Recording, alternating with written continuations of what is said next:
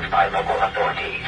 If you are within the evacuation area and have no transportation, locate your nearest police department.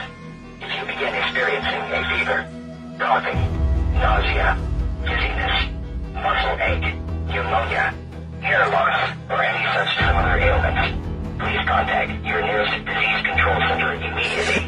Symptoms may be related to recent events. Stay tuned to local media outlets for further information on this ongoing emergency.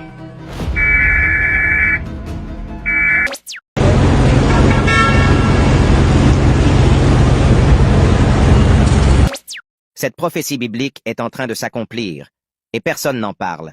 Cette prophétie se trouve dans le livre de l'Apocalypse chapitre 9.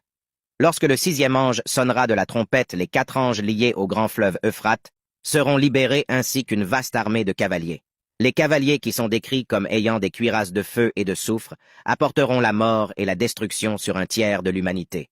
Mais qui sont ces anges déchus et pourquoi sont-ils liés au fleuve Euphrate? Le fleuve Euphrate est un lieu important tout au long de l'histoire biblique, et l'on pense qu'il s'agit de l'emplacement du Jardin d'Éden.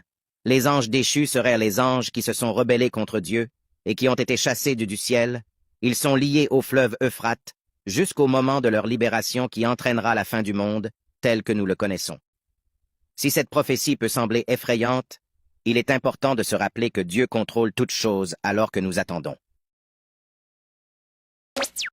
Cette prophétie biblique de la fin des temps est peut-être en train de s'accomplir. Dans le livre d'Isaïe, chapitre 41, verset 18, la Bible parle des signes de la seconde venue de Jésus. L'un d'eux est « Je ferai jaillir des fleuves sur les collines et des sources au milieu des vallées. Je changerai le désert en étang et la terre aride en cours d'eau. Je ferai pousser dans le désert le cèdre, l'acacia, le myrte et l'olivier. Je placerai pêle-mêle dans la plaine aride le cyprès, l'orme et le buis.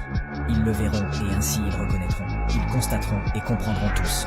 Aussi impossible que cela puisse paraître, cette rivière a surgi de nulle part dans le désert du Moyen-Orient, accomplissant sous nos yeux une prophétie vieille de 2500 ans. Et même si beaucoup de gens ne croient pas en la Bible, peut-être devrions-nous tous commencer à prendre au sérieux les signes que nous voyons aujourd'hui.